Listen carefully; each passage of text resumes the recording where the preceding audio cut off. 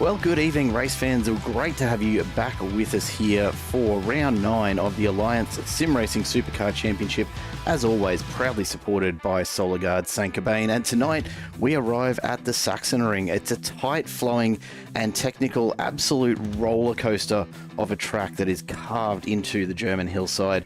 And it's a circuit where rhythm is going to be absolutely everything tonight. It's really the kryptonite of supercars for the first half of this track. Nothing but long sweeping corners, direction changes, and no chance to relax as you try to manage those tyres. And then we get into the traditional back half, of course, where we see the high speeds and hard braking that these drivers will be relying on tonight. My name's Jared Cole. It's great to be back with you once again. If it's your first time here, welcome along, and what a time to be joining us as we approach the closing stages of Season 6 and are getting closer and closer to crowning our champions. We are joined in the booth tonight by the ever-energetic Dean Biggles-Hopton. Dean, great to have you back with us. It's been a little while since you were here with us on ASR, but mate, what a track to be joining us back on us. Yes, sir. I had to download this track because I've actually never done a race here, as the practice session is going to be wrapping up at the moment, and we'll be moving on to a qualifying session. But it is, it's looking at this track and studying this track and stuff like that. And I've even been in Germany, but I've never been nowhere near this track. It's looks like it's going to be a bit of a tough one, as you said. Would you say it was kryptonite? Look, I think it's the key. I think it's got to be the kryptonite of supercars. It is. And look, we'll take a hot lap in just a minute with Simon Haynes in the SolarGuard Saint-Gobain car, just to show you how difficult this track is for a supercar. But just looking at it, sure, we've got some amazing straights and some great braking opportunities to get some passing done. But supercar tyres hate extended corners. And essentially the first half of this track, the first half of this 3.6 kilometres tonight, is nothing but corners. I can't think of a worse place to be as a supercar driver, and with a track temp of 33 degrees right now, these guys are going to be praying that comes back down, because if this track does get hot for tonight's race, it is going to be utterly brutal on the tyres.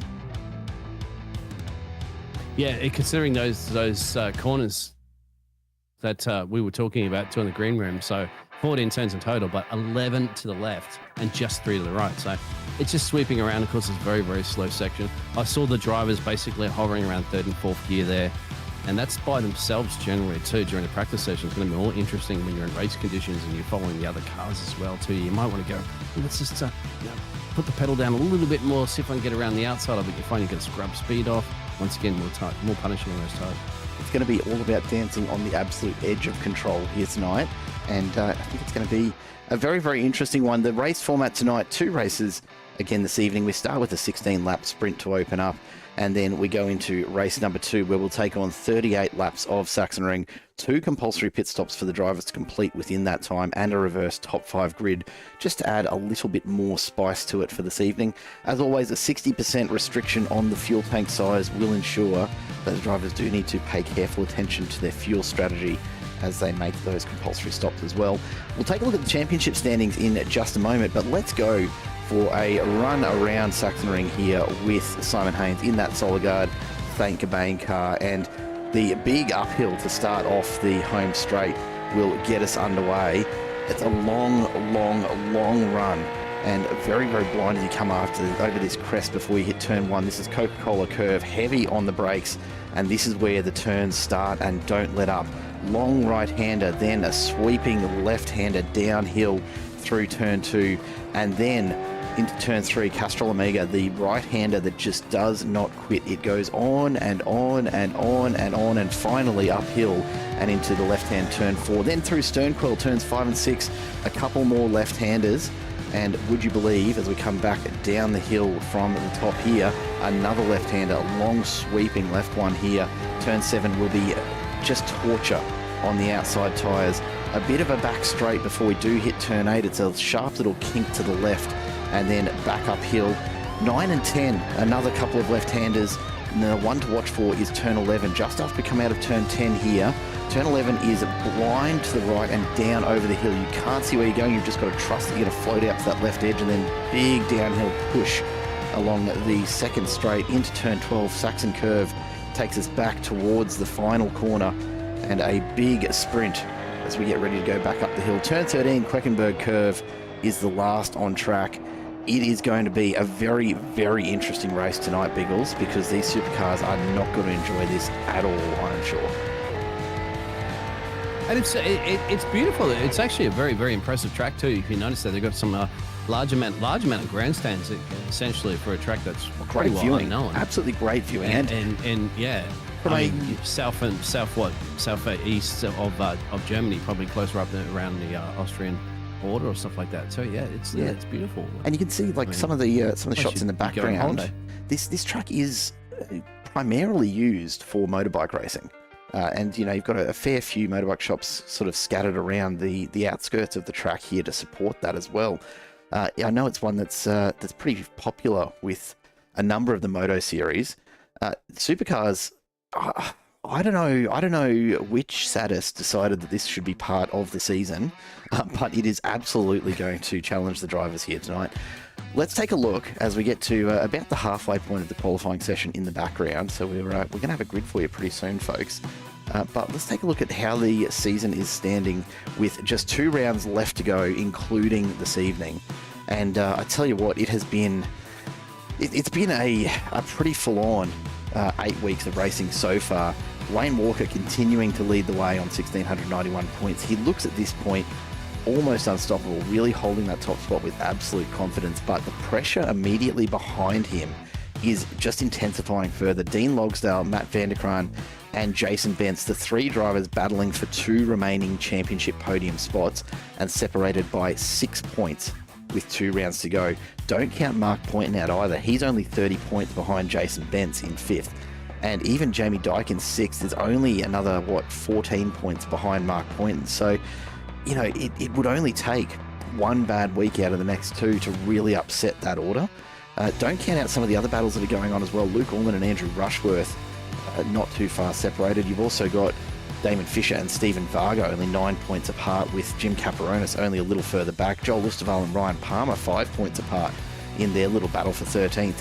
There's still plenty to play for in terms of bragging rights as we get into the closing stages of this season. But you'd have to think that Wayne Walker is almost a shoo-in at this point to wrap this season up. It's never guaranteed, of course, but with a 130 odd point lead, it's looking very, very unlikely that anyone's going to challenge him at this stage. We'll have to nickname Wayne Walker the Batman. Wayne the Batman Walker, because he's got it. He's not the Dark Knight, of course, and the accelerated sim racing entrance. As you mentioned too, with those standings, you've got to take into consideration too. There's very capable drivers.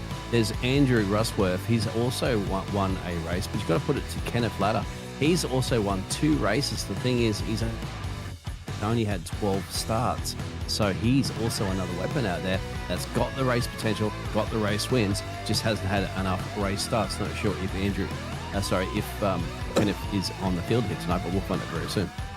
Yeah, look, he is floating around at the moment, and to give you an idea of some of the qualifying times that we're seeing, the gap across the top 10 drivers here tonight, 0.88 of a second, so another very, very close set of qualifying results. We'll bring you the grid in just a moment.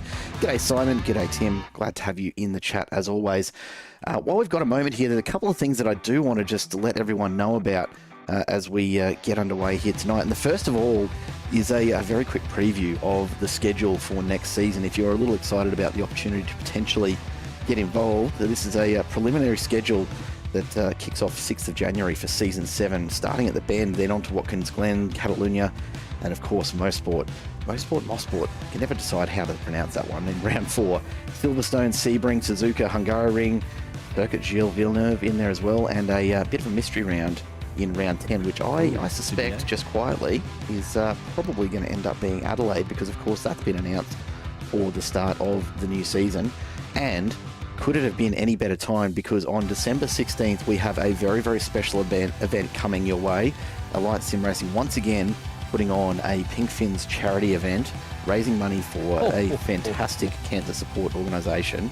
The Adelaide 400 is coming your way, so do not miss that. It's going to be an absolute cracker on a track that, if I'm not mistaken, Biggles, will actually be released on Tuesday morning for us.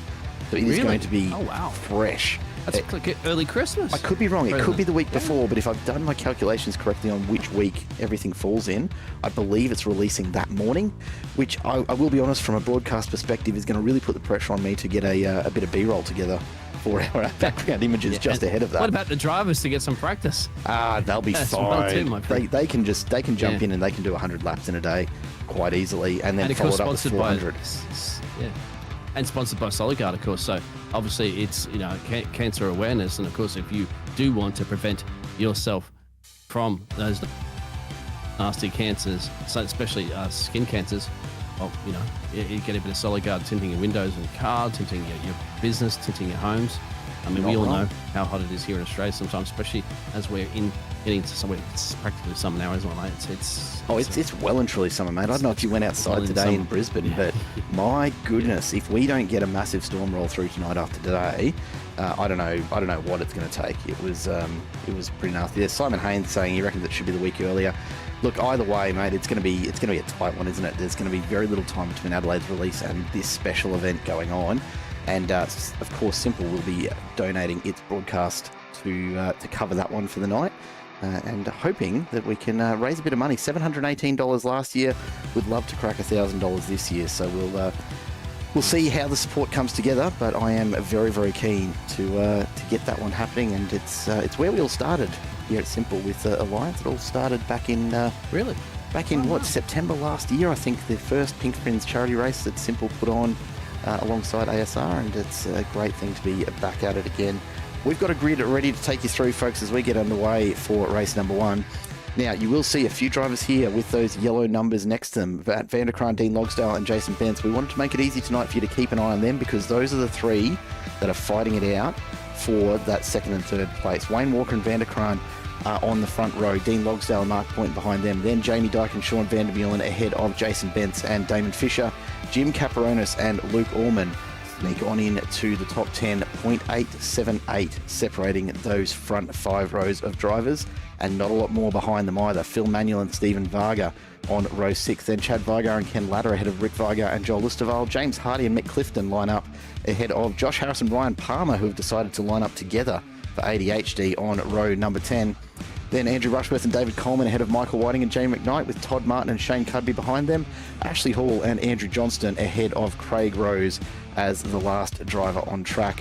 Darren Walden and Brad Hayes not setting time, so they will actually grid up in 30th and 31st. And of course, Tim Nicol, our safety car pilot for this evening.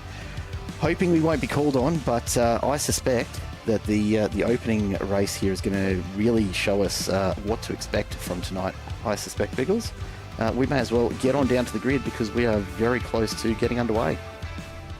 As you mentioned as well, too, race 1 will be 16 laps, race 2 will be 38 laps, and will be 2 mandatory pit stops in the feature race coming up. But first of all, we have to get through this race, my friends. They are all lining up on the grid.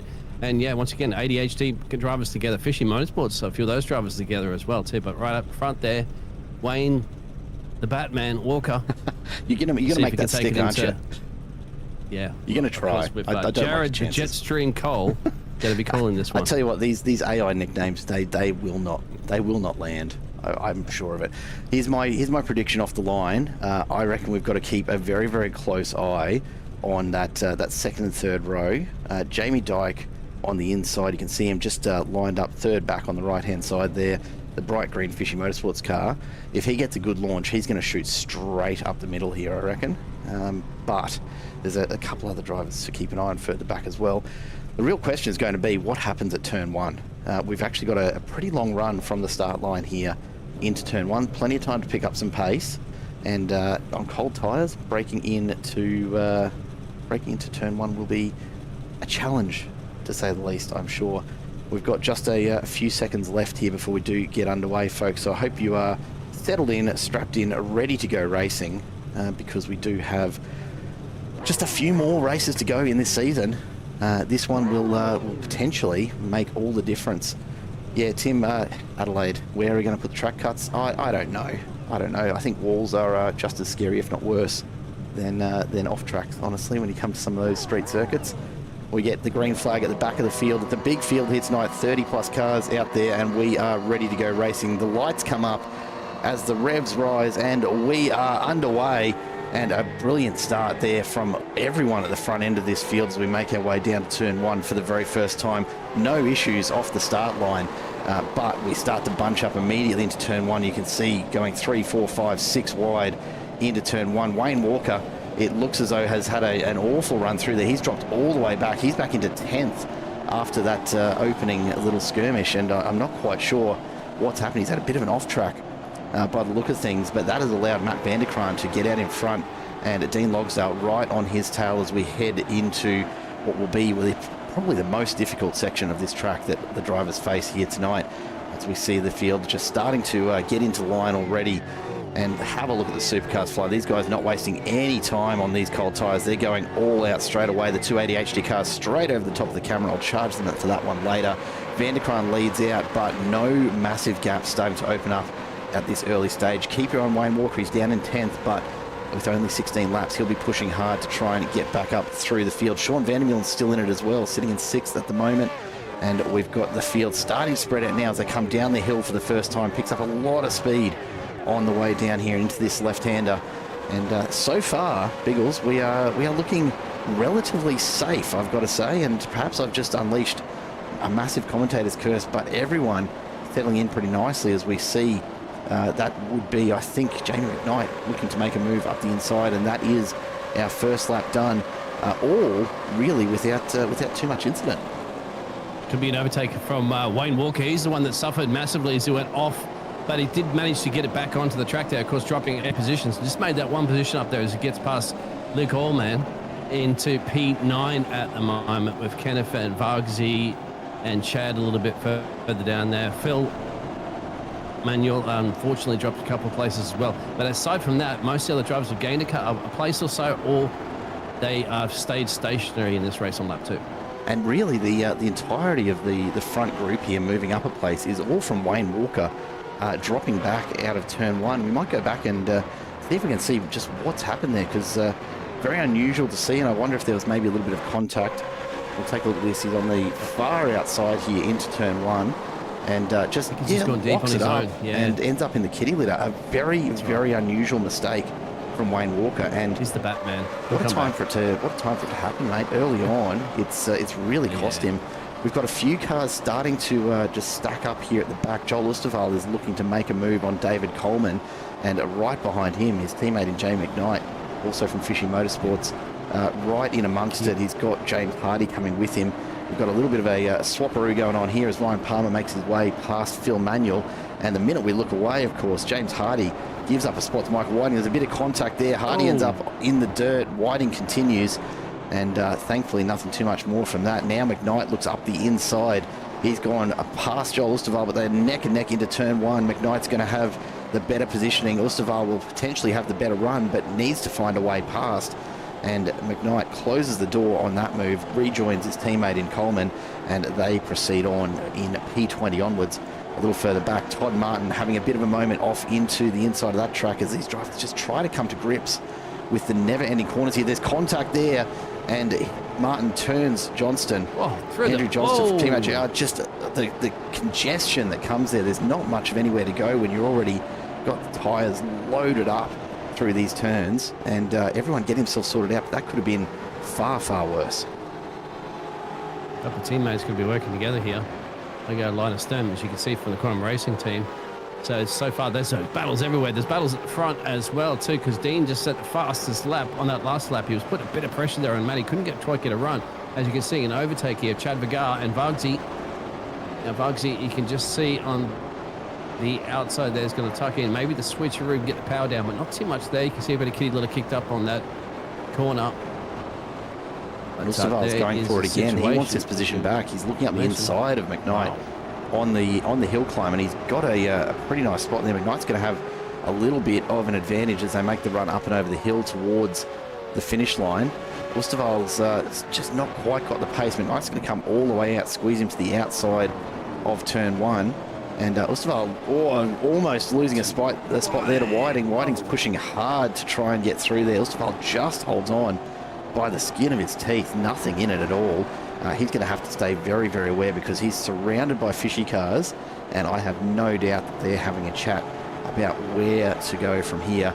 You'll see Matt Vanderkraan out in front, still leading this race from Dean Logsdale and Mark Poynton, but not extending that lead. And given no pit stops here, he's going to have to be pushing all the way home.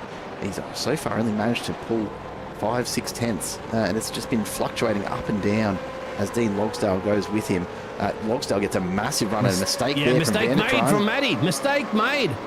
Yeah, Dean's going to pounce on that one for sure. He's going to set up the inside there. What can Maddie do to hold off? This is fantastic. You remember, you've got one more corner before you get to start another lap, which will be starting lap 5. Got to keep an eye too on Mark in the background. He's lurking. Remember, these are also, well, these two drivers at the top there, they're all battling for that second and third in the championship with Jamie Jason a little bit further down. Here we go, down the main straightaway.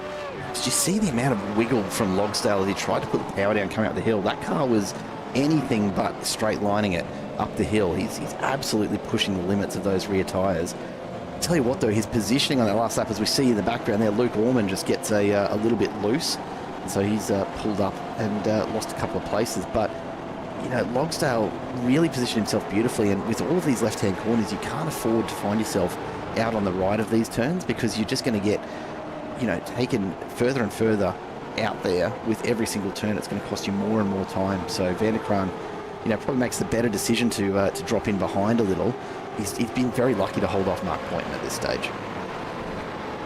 And it's bunched everybody up at the moment too, all the way down to P6. So that's your top battle there. As you said, let's go to Logger. I'm going to call him Logger right now. Then Logsdale is now Logger, and he's got the lead of this race there from Maddie. So once again, these two drivers are crucially battling essentially for that second and third in the championship at this point. So looking pretty good. That's the closest battles you see, as well as you got a race control message coming up third. And Instab is wearing 66 and 025 on lap 2. And that was the contact betwing James Hardy. They're not going to get disqualified for their planks being too small. Yeah, that's getting under the skin of a few people this week, isn't it? Oosterwal has given up the spot to Whiting in amongst all of that, so he'll drop back into 23rd, and he's going to have to try and stick with the two fishy cars as they come back up the hill. There's a few different battles going on, but what we're seeing here so far is some classic supercar racing, just long trains of cars. And to prove the point, let's take a look at this one. The battle for 14th, it says on your screen, but that's only because we've limited the number of drivers it shows. Stephen Varga is about a second ahead of Ryan Palmer. Then there's Chad Varga and Luke Orman. So really, I'm going to call this the battle for 11th. And you've got this absolute gaggle of cars built up behind them. Josh Harris is right in the middle of it, and what we might do is just jump on board with him so we get a nice little view of this as we go around the track here at Sachsenring. He's putting the work in here. You can see the concentration on the face. He's got the belts on too. It does. So, look at the way it'll push his shoulders and stuff in. One of the interesting things here, right, you're not going to see quite as much movement of those belts as what we've often seen when Josh has had them on before, because the number of hard braking zones here really limited. It's super flowy. And have a look at Phil Manuel just ahead as he slid the corner out of the crest there. It's exactly what these guys are going to have to do, is keep it right on the limit. And Harris is doing everything he can to stick with this group while holding off Andrew Rushworth behind. It's going to be a really tough one for all of these drivers to make a move. Something we've seen at a lot of tracks, Biggles, is when you don't have a lot of really hard braking zones, you've got to set up a passing move at the start of the lap to come off, 10 turns later as you get to the end of the lap. That's what these drivers need to be thinking about here at Sachsenring if they do want to try and make some progress through the field. And more importantly, well, if you go offline too, you just basically scrubbed everything. That's what happened with Matty to lose the lead of this. So yeah, and look how much he struggled. He got basically jumped on by a whole bunch of the other drivers from second downwards, and that's how punishing it is. And of course, he was in the lead. He just made a slight little mistake on that one. It's the rest of it to try to attack. You have to go off that racing line a little bit. That's just really risking it now. These drivers will actually be taking a lot of this into consideration with 10 laps remaining. What can they do to jump a couple of cars in the mandatory 2 pit stops in the feature race coming up? Well, look at Harris getting all sorts of loose. He saw Andrew Rushworth coming and decided, no, not today. I'm going to put the foot down a little bit harder and just open that gap up. Unfortunately, it's resulted in a bit less traction than he'd probably like. And now Rushworth, only a 10th off the back. He's got an opportunity here potentially, but he does have to keep an eye on David Coleman, who is just hovering there, waiting for an opportunity to get himself up the inside. So this is going to be one of probably the closest battles at the moment. and will continue for a little while yet, I'm sure, as we reach the halfway point of this race. Further forward, though, Jason Bentz, Sean Vandermeulen, and look who's made his way back up there. Wayne Walker now up into 7th, and he's starting to battle it out at the front again. Yeah, I mean, you kind of like, what if Wayne, didn't make that slight little mistake into turn 1 on the cold tyres? Yeah, I think he'd be pretty up the road at the moment. He's one of the quickest drivers on the track, even in the traffic, and look at the exit he's got currently at the moment too, but nowhere to go, unfortunately. Even here, you think, okay, I'm clearly quicker, but there's no room. It's only about a 12-meter wide track as well too, just fit a couple of these cars at best, these supercars, but you've got to get perfect exit essentially out of the final corner, really, down the main straight line, and then slam on those anchors into turn 1. Because any mistake really there, Biggles, is force them into a mistake. Just so magnified, isn't it? You've got an uphill start to the straight, and then an incredibly long run down to turn 1, and any error on the exit of that final turn is just going to be amplified so many times over because of those two factors. So even though it might only be, maybe a kilometre an hour difference at the exit of the turn, that's going to translate to a significant difference at the other end of the track. So here we go. What can he do here? He got a good exit. You're right. Wayne Walker get up there. You can see already Vandermeulen's moving across. He wants to drag him all the way over if he can. Jason Bentz, for his part, just covering that option off as well. And Vandermeulen's done well. He's had a reasonable exit, and really unfortunate that he's not featured more throughout this season due to injury and the like. But good to see him mixing up amongst it again. Have a look at this. Coleman's gone really defensive. Rushworth's all the way around the outside of turn 1, but Coleman beautifully positioned to try and shut the door. The problem he's got is the number of left-handers that lurk ahead, and if Rushworth can stay alongside, that's going to be hard to recover from. Coleman's got himself back in front just in the nick of time, because had Rushworth managed to stay where he was, this is the string of left starts here. Oh, David Coleman's overcooked it a bit. Have a look at the drift. What a bit of car control from David Coleman. Unfortunately, finally it lets go, and he's around backwards for just a moment. That was going to be the best Tokyo Drift music I can imagine, putting over the top of that short, and unfortunately he really cooked those rears. Well. So he's backwards and now sitting on the apex of the turn. There's still some more cars coming around. Yeah, not what he would have hoped for at all. I will say, even though that will be disappointing for David, it's going to make an amazing short with that Tokyo Drift music over the top. Absolutely is. Yeah, insert the track. I can't wait for the insert it now.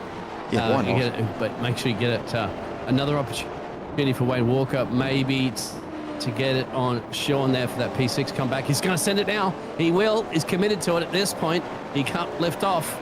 He really wants to fight his way back. He's down 5 positions from his pole position, but Sean's fighting this one. He knows that's all about track position around here, and if you can get your nose ahead during these very slow consecutive right-hand corners and then a couple to the left here now, you're still going to, give it up, my friend. Not that easy, and Sean's not making it that easy for the Batman, Wayne Walker. I'm still not sure where you've pulled Batman from, but we'll figure that out in the break between races, I'm sure. This is brilliant positioning from Vandermeulen, staying on the left-hand side and making sure that he stays right alongside Wayne Walker through those corners. It's going to cost him a little bit, I'm sure, in tyre temps, but what it's allowed him to do is really close the door and make sure that he can stay ahead. And as we get into the last third of this race, this is going to be all important for Vandermeulen. He's got a hell of a battle ahead of him here. David Coleman continues to struggle. He's gone into the pits now, so whether he's perhaps had a bit of damage from a following off track, it's not been his race, that's for sure. Wayne Walker and Sean Vandermeulen continue to battle, and look at the placement from Vandermeulen. This is brilliant. He's not going all the way to the inside to be defensive. I think the smoke there might have actually been from David Coleman. We might. And Mark got past Matty as well too, further up. But keep an eye on what you want for that battle. He goes because definitely, if Wayne has got us centered here at the moment, there's a car that just pulled off completely to the side as well. So just got out of that one. I think that was Craig Rose just getting lapped there. Yeah. We'll take a look a bit further back in the pack because you've still got this battle going on. Not much has changed here, but they're still fighting it out hard. McKnight, Whiting, Rushworth and Ustaval all still in it for 19th. The positions have gone up and down a little throughout the last couple of laps, but still continuing on. Dean Logsdale out in front, mind you, enjoying the clean air and really, really consistent at the moment. His last lap a bit slower, 25.79 compared to his best of 24.6. really tells you how much these tyres are falling off in such a short space of time. So, yeah, I don't know how Mark Pointon just must have got the, I think the overtake down into turn 1.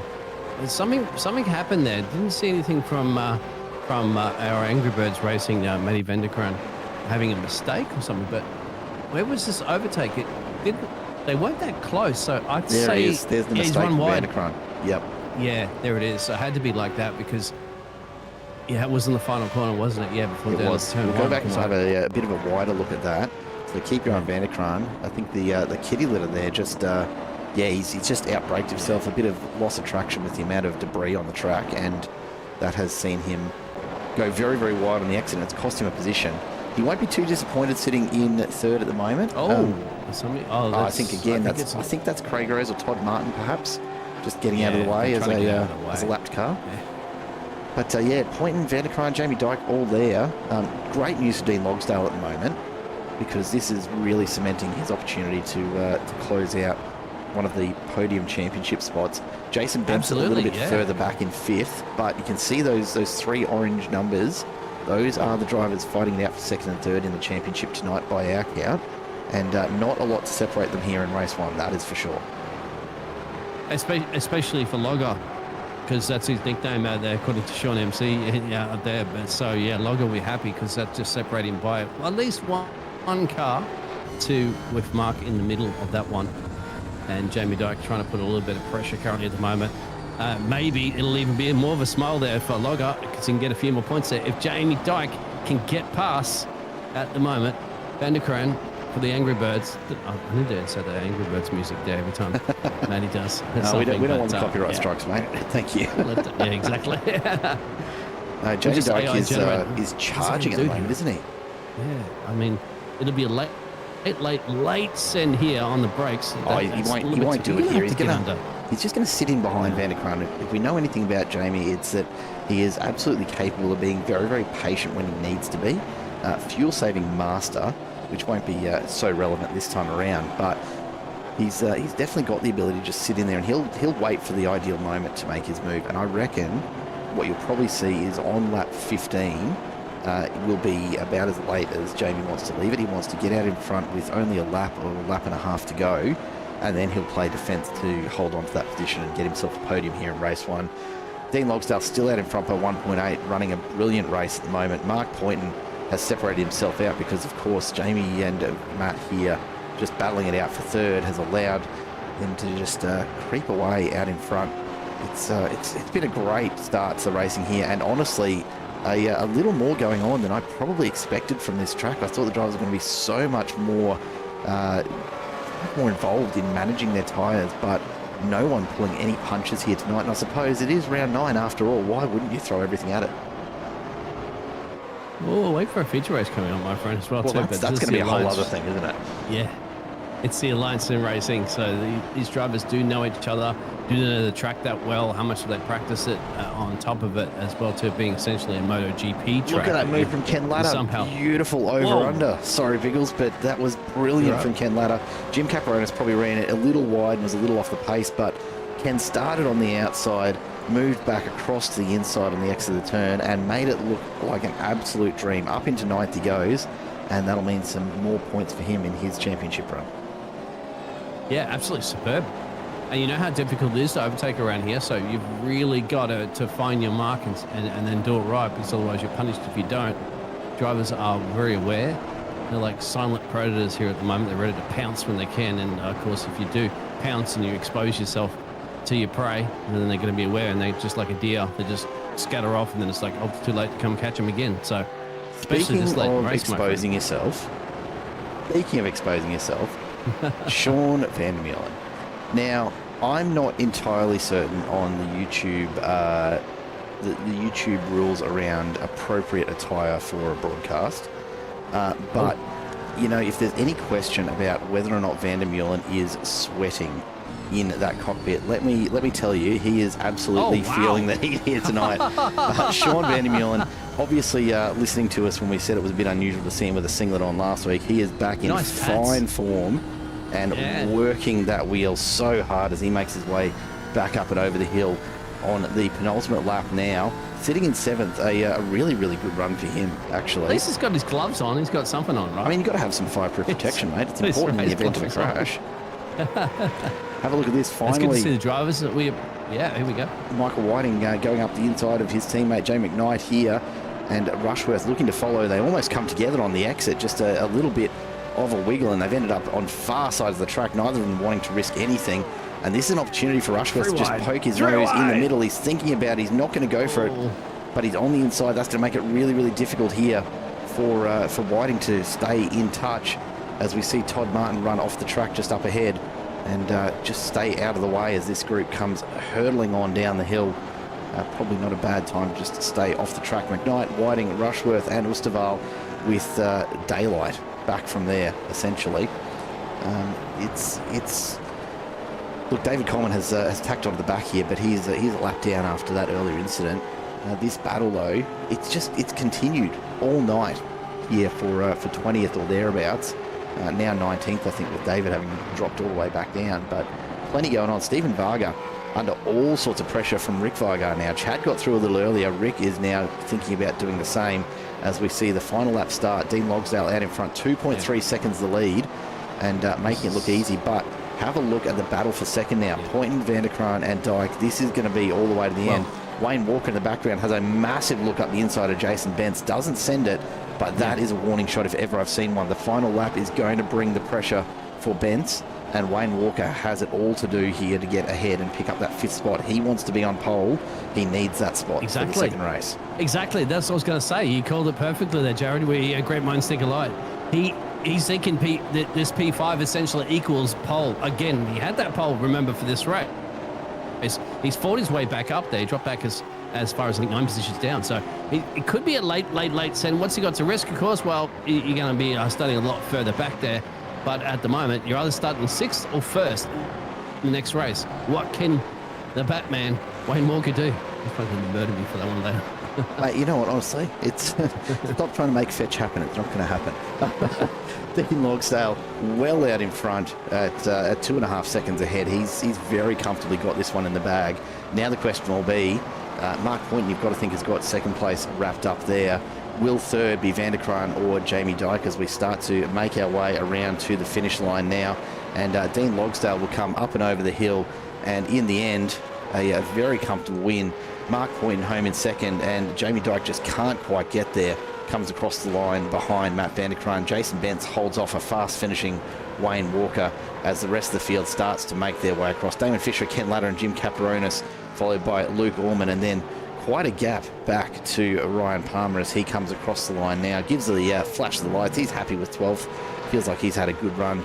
His teammate Josh Harris coming across in 17th, just ahead of Mick Clifton. And then this group we were watching for so long, in the end, looks pretty easy. Michael Whiting brings home 19th spot with Rushworth and Oosterwal. Jamie McKnight has at some point fallen way off the back of that one. So not quite sure what's happened there. But it's certainly not what he would have had in mind, I'm sure. Shane Cudby, Ashley Hall, Andrew Johnston and Darren Walden still out on track as they come around to finish their laps now. We see Cudby come across the line. Ashley Hall not too far behind him. Andrew Johnston's going to come out of that final turn in just a moment and come across the finish line. There he is. And Darren Walden having a bit of a race to forget, but will come home still in at 28th. So it could have been worse for him, all things considered. A very, very late black flag there for Craig Rose. That's an interesting one. I'm not sure if that's for not clearing a late slowdown. Yeah. Well, remember, he had a lot of off-track excursions to avoid the front runners coming through, so you got to give Craig... you should know about that one, Jared. Yeah, I'm very familiar with, with going off track, mate. Sorry, but you know. Yeah, but he's just avoiding, of course, a lot of lap cars there, and he's still bringing it home. That's the more important thing. But they said, great drive, Logger, and go Logger. Logger got it done, the Dean of Deans. Takes the win. 9.5 Sim Sport entry out in front and very comfortably home in first place ahead of Mark Poynton and Matt Vanderkraan, then Jamie Dyke and Jason Bentz. So you can see the three drivers there battling out for third place. That's really going to cement a bit more of an opportunity for Dean Logsdale. Matt Vanderkraan in the middle, Jason Bentz in fifth. Those three are basically going to swap now. Logsdale's going to go down to fifth. Bentz is going to come up to first. Matt Vanderkraan is going to stay right in third for the second race. Wayne Walker look, credit to him, fought his way back through and ends up in 6th place. He's feeling pretty comfortable, doesn't need to push too much harder than that. Sean Vandermeulen had a great drive, comes home in 7th ahead of Damon Fisher and Ken Latta. Then Jim Caparonis rounds out your top 10 with Luke Orman and Ryan Palmer just missing out, although in Ryan's case, probably a bit more than just missing out on the top 10, with a host of names beyond that as well. Massive first race. We've got a second race right around the corner. G'day, Cade. Good to have you in the chat, mate. Always a pleasure to see you dropping on in. Hope you're well. We have a quick break to take, folks, and then we'll be right back to have a bit of a chat just ahead of race 2. Don't go anywhere unless it's to refill your drink, and come on back. We'll be with you shortly.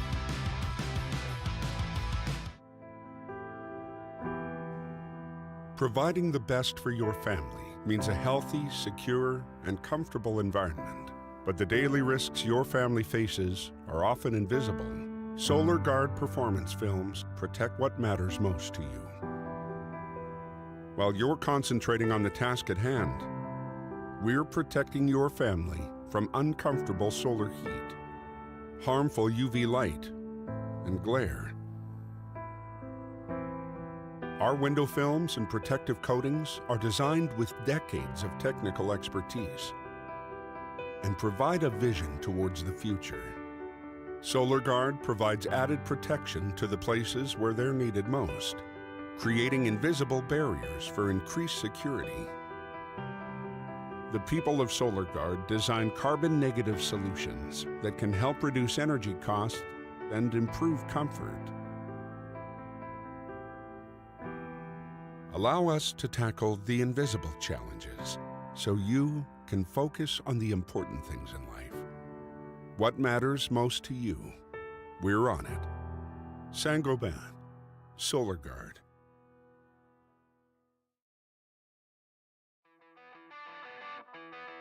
Well, welcome on back, folks. I hope you've taken the opportunity to get yourself a refill, because as soon as we get into race 2 here, I don't think you're going to want to look away.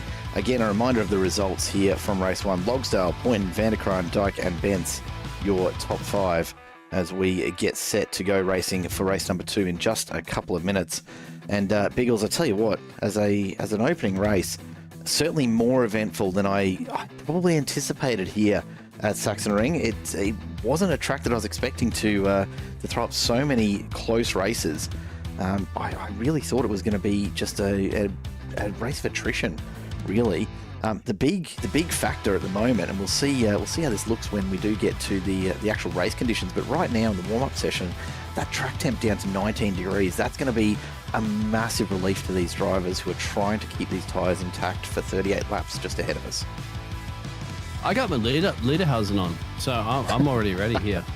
You know, I've been to München and Munich a few times there, and chinged a couple of steins and stuff like that to sing in some German folk songs and stuff like that in the radar. It was absolutely a surprising, exciting first sprint race essentially as well too. So, and there is lots of overtaking. You proved it as well too with that fight back that we saw from what I'm coining as the Batman, Wayne Walker, because he probably did the most amount of overtakes to get himself so close, essentially putting himself in pole for this reverse 5 grid. But not quite there in the end. Absolutely essential. You saw 2 mistakes that are made too with Maddie as well too, just going offline a little bit there and getting punished. That's going to show something. These drivers at the moment, you would have to imagine they're Jared, the Jetstream Cole. These drivers will probably be studying really quickly some of the tape on what just happened in the first race while they're in this warm-up session, and then quickly seeing, okay, what's my strategy going to be? The overcut, the undercut, we've got 2 mandatory pit stops in this one. Don't think there's going to be any problem with weather out there. It could be potentially a safety car as well, or 2 that might come out there and throw a spanner in the mix. But on top of that, they might be quickly looking at where those overtaken opportunities in that first heat race have been, and what they could do about it coming to this feature race now. Yeah, and it'll be an interesting one. I'm kind of inclined to think if we got through race 1 without a safety car, we might get lucky here, and that's probably the advantage of this track. There's heaps of runoff. The track temp immediately back up to 32 degrees. Now, that says to me that either that's recording a temp from the drivers putting a bit of lap time in there, or there is some very distinct weather that has happened between the warm-up session and our race feature here tonight. Let's take a look at the grid, though, for race number 2. Jason Benson, Jamie Dyke on the front row. Matt Vanderkraan and Mark Point behind them. Dean Logsdale goes to 5th with the reversed top 5. Then Wayne Walker will start alongside him on row 3. Sean Vandermeulen and Damon Fisher ahead of Ken Latta and Jim Caperonis.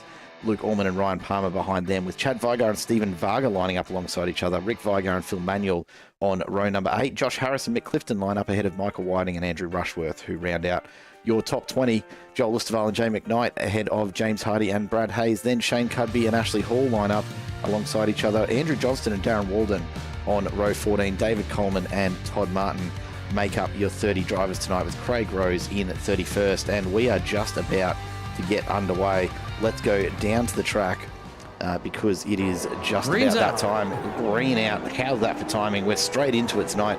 A brilliant launch immediately. And we've got issues at the back. That's Darren Walden and Ashley Hall coming together as we head down to turn 1. A big dive up the inside from one of the ADHD cars. And it looks as though we're going to survive it, but only just. Everyone really keen to make a massive start here in race 2. We've got contact. That's Jim Caperonis. And now it looks like Andrew Rushworth sliding sideways as well. Josh Harris gets caught up behind him. We've got Todd Martin off the back of the pack there. This has been already a far more eventful start to this race as the rest of the field tries to get themselves into some sort of running order. But this is going to introduce some really significant gaps in there. Shane Cudby has already got a black flag. I don't know how that's possible unless he's picked up a huge number of incident points from contact in amongst all that, because we haven't seen race control make a call just yet. That would be very, very quick if that's happened. Mark Point and Jamie Dyke going at it with Matt Vanderkraan alongside Point in the background. You can see these guys trying to battle it out so early on. Ryan Palmer's right up there in the mix. So too more of the Team AJR cars. Damon Fisher, Luke Allman, Stephen Vargas behind them.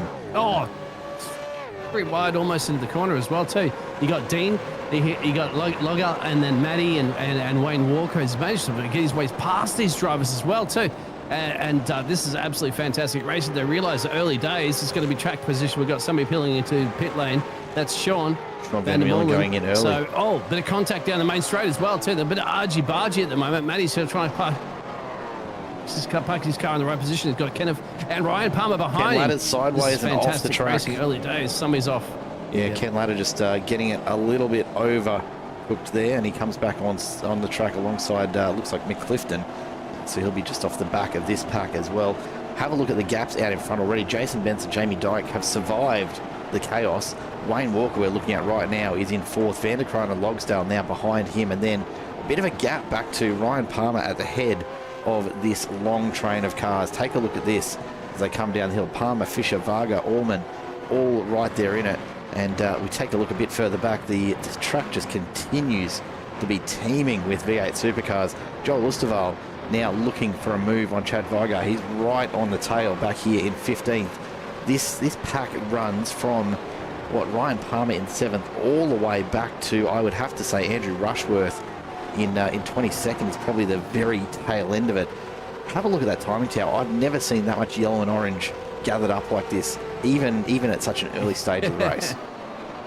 And not to mention, we got a couple of drivers there of Darren and Ashley Hall. Looked like they couldn't even get off the line there, unfortunately. A bit of a spinneroo that happened. And unfortunately, that put a lot of those drivers not even across that line there. But we do have Logger, our race 1 winner, heading into pit lane very early at the moment. So we'll keep an eye on that. We got Chad Vigar heading in there. Phil, we've had a few other drivers head down to pit road to chip out. So no, not even any repairs. I'd say it's a 42nd stationary pit stop for those drivers. So that's the situation at the moment. Getting those that first mandatory pit stop over and done with. And a couple of these drivers... Only lap 3, 36 to go. You'd have to think these guys are thinking pretty heavily about the undercut here. They want to get back out of the pits into clean air and not be caught up in this train of cars. And that's going to give them an opportunity to really have a run at it. The front end of this field looking very, very quick still. As the gaps start to open up just a little bit. Matt Vanderkraan has fallen off the back of that group and is struggling to get back onto it. And then, of course, Ryan Palmer a little further back as well, kind of heads up more or less this group that we're watching. You can see him just off the top of your screen now.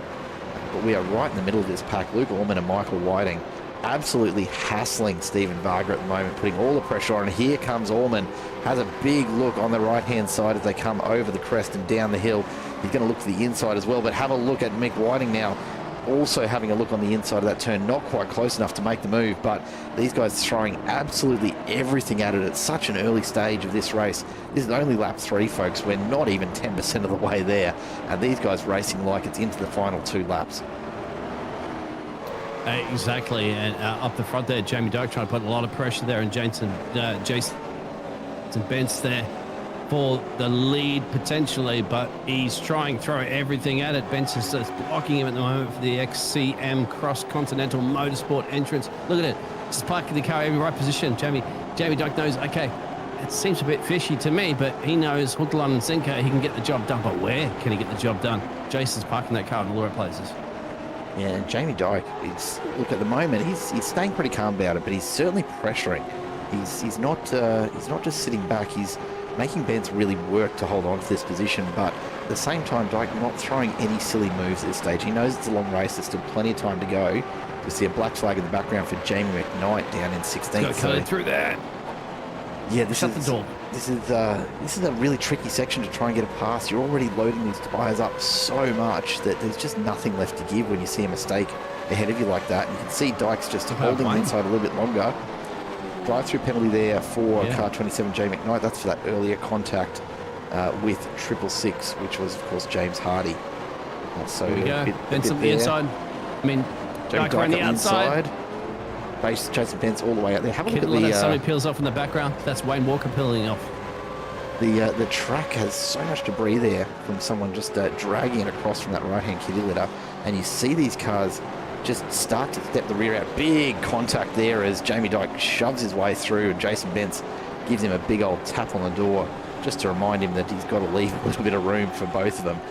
Mark Poyton and Matt Vanderkraan behind, quite happy to just go along with it for the moment and let these two battle it out. You can see Bentz already putting pressure on a big hit into the rear end of Jamie Dyke as they fight for position.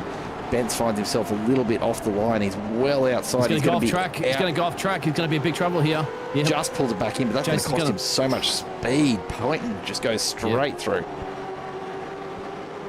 Jason now, from leading this race, has dropped back to P3 at the moment as Mark got through, and Jamie. Now he's got to keep Matty behind him at the moment, but he's got back onto the tail there of Jason Bentz, of Mark. So that's the situation currently at the moment. Well, those other drivers have dropped out of that one early to take that pit stop. So we'll keep an eye on them later on to see how it pans out. Loggy, Wayne Walker, Sean, and if he's like Jim, Chad, Phil, all of those drivers will take a pit road. So we'll see how that pans out a little bit later on what that strategy is. I hope everybody are enjoying. 16 or so at least on the Alliance Sim Racing, and also Simulcast broadcasted on the Simple Racing Broadcast Network at the same time. Looks like one of the drivers of Matty's peeling the pit road. Contact there, and that sends Orman way off to the left. He's going to pull up in the pit entry after that contact, and not wanting to go into the pits by looking, he's going to get it rolling. Does he take the opportunity while he's there? And may as well. So he'll go in. Yeah, you've got to. I mean, you're already halfway there. It's going to be more effort to get back out. His teammate Andrew Johnson flies past and continues to try and catch the front group. These pit stops have really broken up a lot of the tight racing that we've seen over these first 5 laps. You can see already some of the big names into the pits. Matt Vanderkraan going through right now. Dean Logsdale in 20th. Keep an eye on him though, because he pitted very, very early, and it'll be interesting to see where he actually comes out here. Past them all, that undercut is so strong in these cars. And have a look at just the gap at the moment. He's so lucky to mix all that squabbling that's going on, because you got Sean that came out. Matty's come out just behind Sean. You got Chad Rose that's in the mix there. Wayne's managed to clear them as well too. Craig Rose, I mean, because he hasn't gone into pit road yet. That's going to be frustrating some of these drivers. He doesn't have to yield that one up at the moment because he's got the track position on there. But in the inside contact up the road, there it is.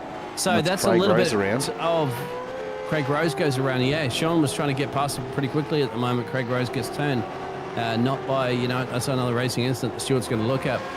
What's interesting as well, too, that I was going to mention, but I've actually completely forgot it, so we'll keep moving. It'll come back to you, mate. It always does. I can't remember what I'm going to say. Tell you what, when there's this much action going on, it's hard to keep track of what you want to look at. Vanderkraan and Vandermeulen, I mean, that's going to be a mouthful for a start, but these guys have really fallen off the back of Logsdale and Walker on the exit of those pits, and obviously Craig Rose getting in amongst it has caused a massive issue for them. They've got some work to do. Here we've got Martin and Johnston side by side into turn 1, and it looks as though Martin's going to have the absolute best of that. Johnston just cannot keep up for the moment. At the front end of this field, though, and bearing in mind, of course, the field order is going to get all sorts of mixed up as the pit stops start to happen. 2 compulsory stops in this 38-lap race. Jamie Dyke, Mark Poynton and Jason Bentz. Right now, they just want to be making the absolute most of it while they can. They're kind of getting to the point of these tyres starting to drop off on them, and so the pace will probably fall away a little bit for them here. As it stands, they've already dropped about a second off their best time across the first 7 laps. So it gives you an idea of just how quickly these tyres are just succumbing to the constant pressure of being loaded up pushing through that kid a little so bit as much well of too. this. If you drop back down to P6 and P7 as well too, Kenneth Latta. Remember I was telling you about him? Have a look Not at this so much group. up in the standings there. Yeah, because Kenneth has a couple of race wins under his belt there. He's trying to hold off Fargsy, Michael and Mick in the background as well too. And that's a big pack there. That's a battle for 6 and so forth down there. But as I said, Kenneth Latta, you got to keep an eye on him because he's got a couple of race wins up his belt. He just hasn't had enough races to really significantly be up the top of the challenge for that 2nd and 3rd spot where you see some of those other drivers that are highlighted in the orange. Yeah, plenty going on, but Jason Bentz looking to make the most of his time out in the nice clean air out in the front. This group here absolutely locked in. Have a look at it as they make their way up the hill. Fastest lap for Wayne Walker, so he's out there on relatively fresh tyres and wants to push on very, very hard if he can. A 124.45. That is a full, 4/10 quicker than the fastest lap for Jamie Dyke out in front, and that's got to be a bit of a warning sign. In the background, we see David Coleman looking in the rear view now at Joel Ostervale and Mick Clifton, who have gone a bit wide and gotten a bit loose there. Jason Bentz picks up a slowdown, so he's had a bit of a moment, and it's cost him not just some position, but also the time that he's got to now burn off with that slowdown as we come back down the hill. This group virtually unchanged at the moment, but David Coleman getting a nice little run through and a better start to his race number 2 than he previously had. Ryan Palmer under some pressure from Damon Fisher for P4. He's got to start thinking about a bit of strategy as well. Stephen Vargas had a big moment. He's coming into the pits, so he's going to peel off here, and this group will be reduced by 1. Make that 2 as Joel Ostervale pulls into the pits behind, and that's going to leave Mick Clifton all on his own. You know, it's not far, it's only a second, but it can feel like a lifetime when you're outside of the very little slipstream that is available for these drivers. See if we clear some of those other drivers that took a pit stop earlier as well too, aka Logger. Here Wayne he comes, Walker, Dean Logsdale, Wayne Walker, and have a look at Wayne Walker. He is pushing on and right on Dean Logsdale's tail as they come across that start line. Walker's going to the inside. He's going to send it under brakes here into turn 1. Logsdale's just going to let it happen. He'll sit out wide and tack on to the back. Now that's a smart move. Just don't contest it too hard. Walker's obviously got a lot of pace at the moment, and Logsdale's tyres are just a couple of laps older. It doesn't sound like a lot, but with these supercar tyres, it can make all the difference at this critical, 7-8 lap mark, as we see. It looks like Ashley Hall just getting it a little bit Jamie sideways. Dyke gets a penalty. Yeah, Jamie 5 Dyke, second the race control message. 5-second penalty for Jamie Dyke for the incident between himself and that was who's car number 100? So I want to say Jason Bentz. Yeah, so that means Jason Bentz. Mark goes in from P2 currently at the moment. Jamie Dyke will have to serve that penalty at some point, won't he? So he's going to have to give up that race lead. Whether it'll help out Jason Bentz. Well, Jason Bentz now goes into P2 because Mark Poynton and Mick Clifton have gone into pit road there. So that's going to be very interesting. Remember, there's 2 pit stops that these drivers have to do during the race. Some of these drivers are knocking out their first pit stop. We still have tons of racing to go, 29 laps. Let's go back and take a look at this this incident that Jamie Dyke has picked up a penalty for. Comes up the inside of Bentz, and this is into turn 1. And big shove really on the way through. Look, I don't know. Hasn't it? Yeah. I don't know. It's such a fine line sometimes between, a bit of bump and rub being part of the norm for supercars and something being effectively using they look at another it- car as brakes. Well, they look at it from not just that, but we show maybe one little moment, as you can see another little moment happening at the moment back here with Vargsy and Chad. But there may have been a few more of the largy budgy moments that aren't shown necessarily in the highlights that they 100%. picked up on from race control. So you never know. You never know what the situation is. But they obviously, race control is the principal, and the principal says, yes, that's the situation. And you're just seeing the nice little battle between Jason and Damon Fisher. Ryan Palmer, actually, Pit and lane Damon for, Fisher. Palmer's in anyway, so he's okay. I've had enough of that one. I'll see how I can change it up here for the ADHD racing entry. Mick Whiting has just received a drive-through as well, so there's obviously a message about to arrive from race control, I'm sure, to just give us some insight on that. But he'll be going to serve a drive-through as well. Damon Fisher all on his own out here, and further down the field, Ladder, Whiting, and Coleman, of course. Michael Whiting now carrying a black flag, so we'll wait to see just what the rationale has been there. When we take a look though at the cars that have, there you go, incident between car 35 and car 25 on lap number 5. Is Whiting, you're right. So We'll yeah, get Whiting, the drive-through there. Whiting So gets the drive-through for the he hasn't contact been with in Mick yet. Allman.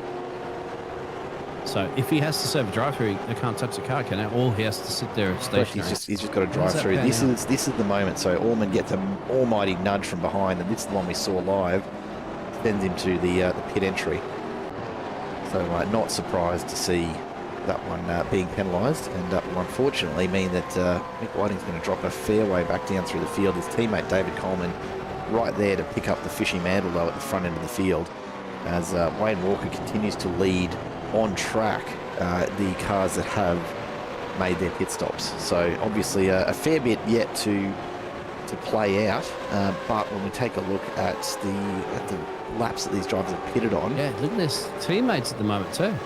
You got team Johnston and Hayes JR. right there. I mean, they got to do something together at the moment because they may Box him be in, under box him massive in. pressure there. Well, they got the Batman behind him there, Wayne Walker, of course, as I mentioned. He's charging at a rapid pace. He's actually split both of them, so he's got through. As Michael does go down a pit road and serve that penalty, so that's the situation. Keep an eye on Wayne. Wayne went in on lap 4, so he's taken one of his mandatory pit stops, and he's now up in P9. If he can get past Brad. And looks like he's going to get that done relatively comfortably on the way back down the hill, although no, he big won't. moment from No, Brad he Hayes won't. just gets it a little Shut bit. the door. Look, I don't know it was so much intentionally shutting the door as it was getting a little bit loose on some of He the went marbles wide. there. We'll And lose that one now, I think. Yeah. yeah, you can see there he's really struggling to keep that car under control. You got at the Logger moment. wants this too. Remember, well, Logger's already taken a pit stop, so he doesn't want it held up too long. Doesn't want to let Wayne get too far up the road. This is potentially, we're looking at later on in this race, a battle for the lead. Remember, some of these drivers have done those pit absolutely stops, so spot on. he can get his way past Brad, and Brad has to lift off a little bit and low him through there. Keep an eye on Michael as well too. He's come into the mix. He hasn't taken a pit stop yet, but No, he's had his drive-through, but he's going to have to come back for a pit stop at some stage as well. in the mix as well. So Where he wanted to be, Logsdale wasn't it? and Walker now start to just pull away from that group behind them. Mark Point and Matt Vanderkraan not too far off the back. These guys are battling it out for what we will effectively call third position, given they've both been through the pits as well. Poynton has only just gone through a few laps ago, Mark's got a good exit. Yep, he should send up the inside here at the moment there on Matty. and that's those fresh He'll tyres have coming into the play. track position.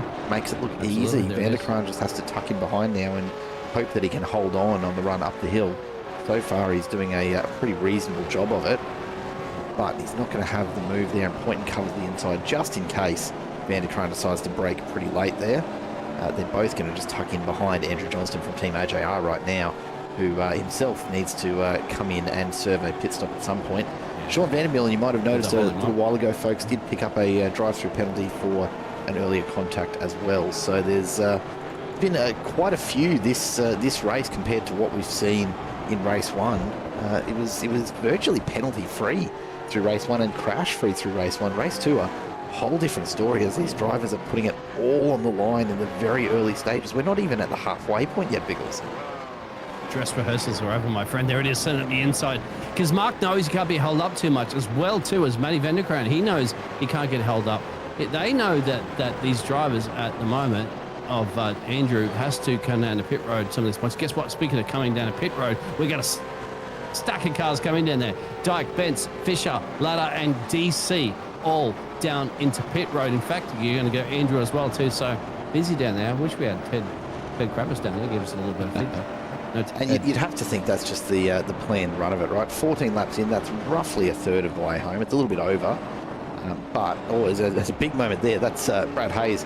I don't know that he was necessarily intending to head for the pits there, but it's certainly where his car wanted to go, and so he's just gone with it and let it happen, essentially. Sean Van der Meulen comes out of the pits just behind them by the look of things, so he'll be back in sixth, but he still has a drive-through to Sean serve. got a penalty. So he's done his mandatory pit stop there. He's going to have to come through again, and he'll probably do that next lap, you'd think, because if he doesn't clear that within 3, then that will be a disqualification for him tonight. I only hope, and we've seen this so many times, Biggles, I only hope he's aware that he's got that black flag and he's actually seen it on his UI, because I would hate to see him disqualified for not serving it. If you got spotters out there, let him know. Get on the horn. Oi, Sean, you got to slow down and you got to serve it. We had a similar conversation last week, actually, where we were trying to decide whether, I believe it was Jamie Dyke who was carrying a black flag almost all the way for the full 3 laps to serve it. That's right. And he did update us afterward that he was staying out there intentionally to try and create some space. I think it was for Ken Ladder, if memory serves, by just being a bit of a roadblock for a couple of laps before he came in to serve it.